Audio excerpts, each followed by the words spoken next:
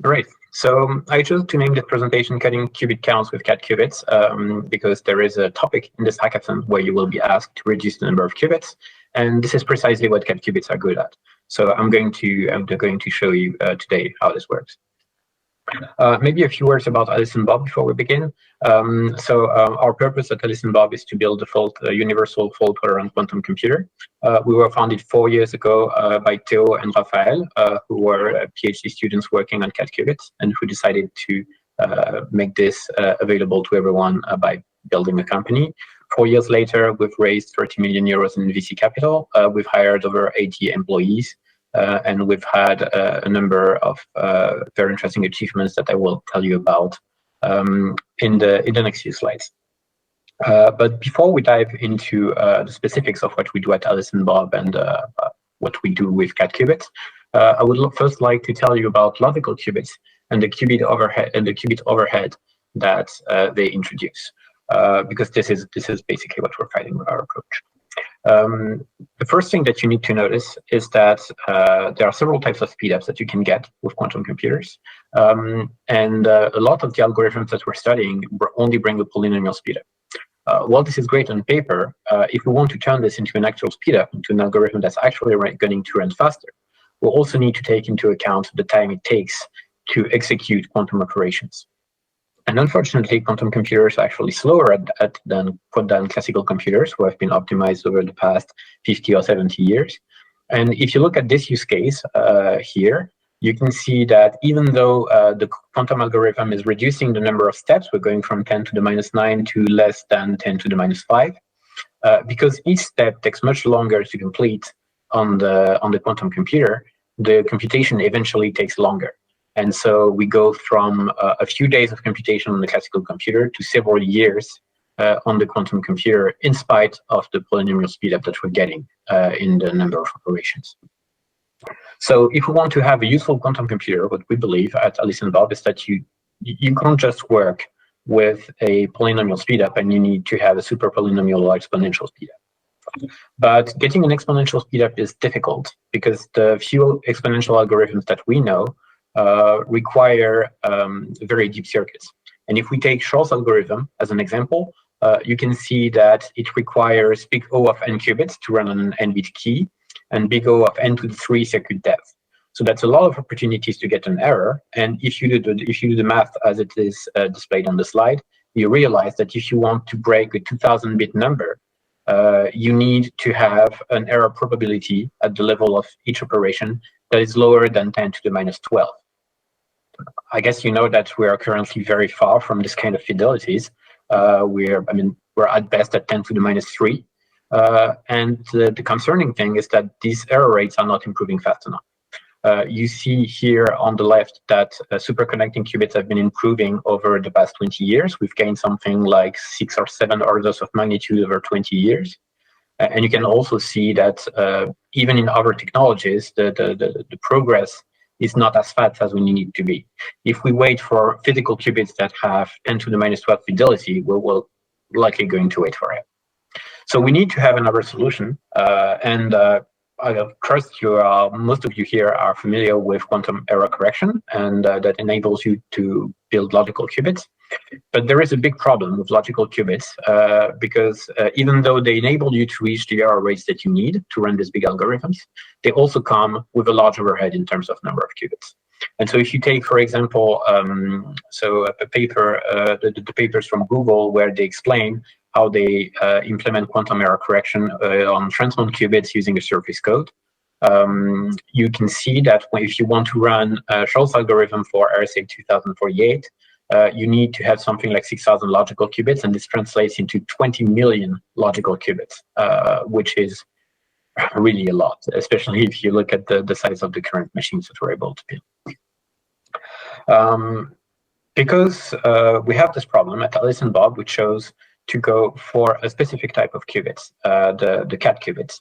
And the good thing with cat qubits is that they are very well protected against one of the two types of errors that you get. So you have bit flips, so that when you change 0 into a 1, and you have the phase flips, which is when you change a plus into a minus.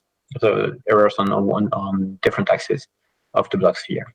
And with cat qubits, you can tune them so that they have a lot fewer bit flips than traditional qubits. We can take the lifetimes from a few hundred microseconds to 10 seconds or even 100 seconds. You have the links to the papers below if you want to see how this is done. And this comes at an expense of shorter lifetime in terms of phase flips. But the shorter lifetime in terms of phase flip is not such a big deal because we can deal with the phase flips with a repetition code.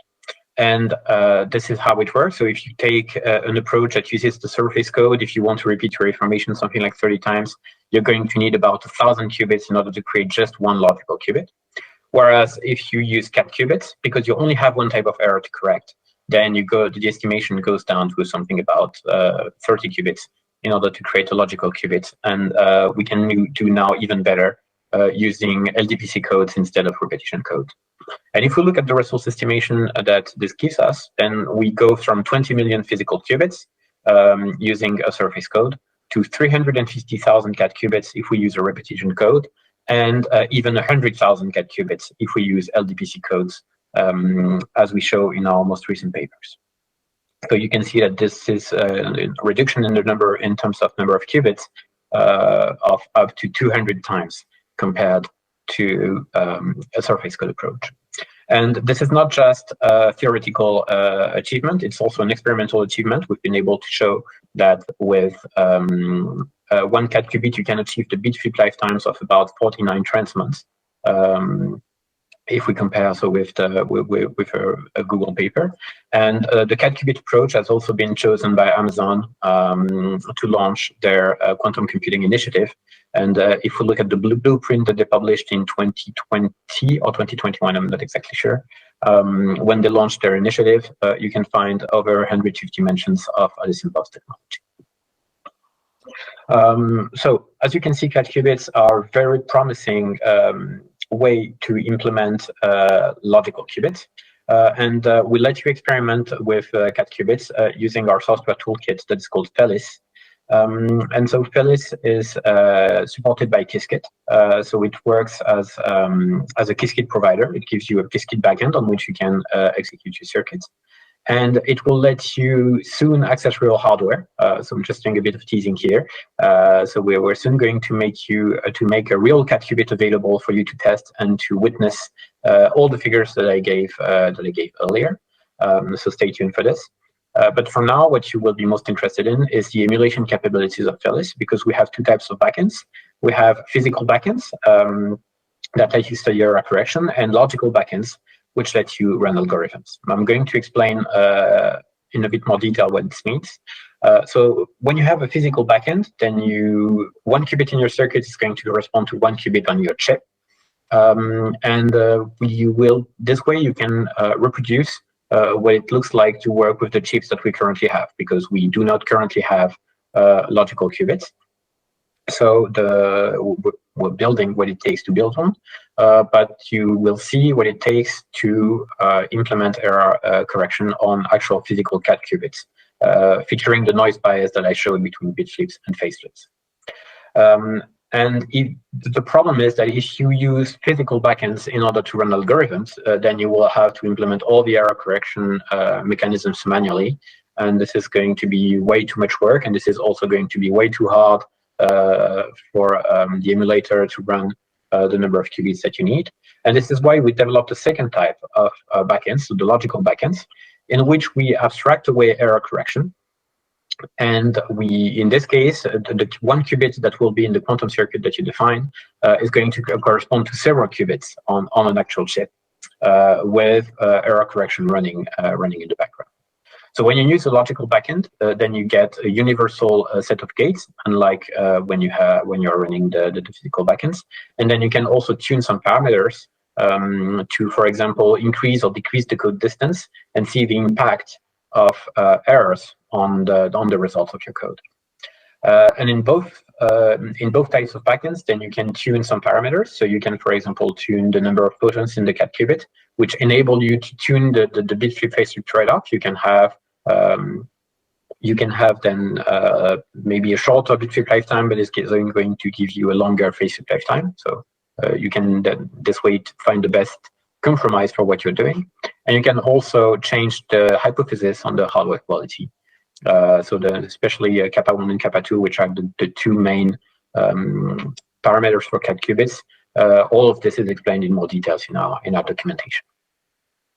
So you can get Phyllis as an open source library. So the link is right here. You can just install it. You can install it through pip. You just type pip install Qiskit and Bob provider, and you're going to get Phyllis installed.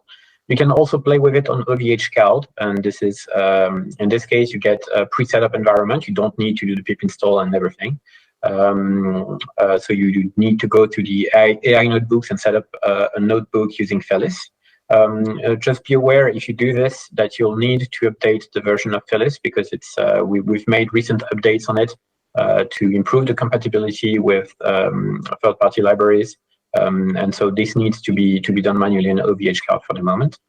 And we also have a PennyLane integration thanks to the students at ETS Montreal, who have developed an integration with PennyLane. So if you do anything with PennyLane, then you can use easily the backends that we do, and so just go and check out how they do it on their side. But Phyllis, for now, is not able to perform what we call resource estimation, so which is the work that I explained earlier, the work of explaining, so for a given logical circuit that you want to run, how many qubits are going to be needed, how much time is going to be needed, what kind of errors do you need. And so this is something that I encourage you to look at during the hackathon, to try and wonder when there is a circuit that you've designed and that is solving a problem, to wonder how many qubits are you going to need to actually implement it on real hardware. And for this, there is a resource estimator that has been made open source by Microsoft very recently. So it features different types of architectures, not cat qubits yet, but we hope that will soon be the case. And this is even something that you might want to look at if you want to make your submission interesting. And so the resource estimator is going to take some quantum circuit as an input and give you the resource estimations as a result. And if you want to see how we have been doing resource estimation on our end, if you want to reuse some of the theoretical ideas that we've done, then you can look at our papers. So in which we gave the 350,000 qubit estimation and the 100,000 qubit estimation. So you have the links. You have the links right here. I'm going to share, because that's a lot of links for you to follow. I'm going to share the presentation on my LinkedIn account afterwards, possibly also on Discord if that's possible, so that you can have everything, and so it's easy for you to retrieve it. And yeah, so I hope that you will find it interesting to work with cat qubits during the hackathon. I hope that it will give you some interesting ideas to further reduce the number of qubits that you're using in your circuits. And so if you have any questions, if you want to get in touch with us, don't hesitate to join our Slack community, the Cat Tree. You have an invite link here. We are also made available as a QR code, and it's also going to be available in my latest LinkedIn post. And I will also be on the QHack Discord server to answer any questions that you might have and help you with anything you might want to achieve with cat qubits. Don't hesitate also to visit the Alice and Bob website to check out our job offers. We have many offers for either internships or full-time positions. So maybe there is something that will work for you. And we offer interviews for winners of the hackathon that will have used cat qubits. So be sure to make some projects with the tools that I gave you if you want to get the opportunity to get an interview or a swap bag from Alice. Thank you everyone for your attention, and I'm ready to take questions if there are any. All right, thank you, merci Laurent. That was really interesting. Thank you for that. We do have some questions. So we have a question from Dentucky Kirby. How will we be able to get hardware access? Okay, so there will be a private beta that will be starting quite soon, and then it will be available publicly on a cloud platform, on on a marketplace. Okay. So everyone will be able to access the hardware in exchange for a not so small fee, but we're going to try and make it easy for people to at least make a few experiments and try to experience what it's like to work with cat qubits. I'm sorry if you did say this too, but is there like simulation of noise, or is there like a simulator that is simulating your hardware pretty much exactly? Like, is there like noise simulators built in? This is exactly what I call the emulators. Right. Okay. So yes, and of course it has built-in error simulation, built-in error models. And it's necessary if you're working with cat qubits, because the main property of cat qubits is to have this kind of biased noise. So studying cat qubits without noise just doesn't make sense. Right. Okay. So I do have a question actually for you personally. How did you get involved with Alice and Bob? What was the story there? Okay. Well, it's a funny story because I almost didn't make it. And so there was a job offer on Slack community of product managers that I just thumbed up because I found it interesting. I found it cool that we were working on quantum computers in France. And then so the guy who became my manager messaged me and saw that I reacted to his post and said, "Oh, are you interested?" And I said, "No, it's going to be way too much complicated for me. I mean, quantum physics, I know nothing about quantum physics." But he managed to convince me, and because I had a background in mathematics, he found that it was interesting that I would still be able to understand what happens in quantum computing, because a lot of it is mathematics. And indeed, I found it really interesting to be able to put together what I had learned during my studies on mathematics, and then what I had learned professionally as a product manager.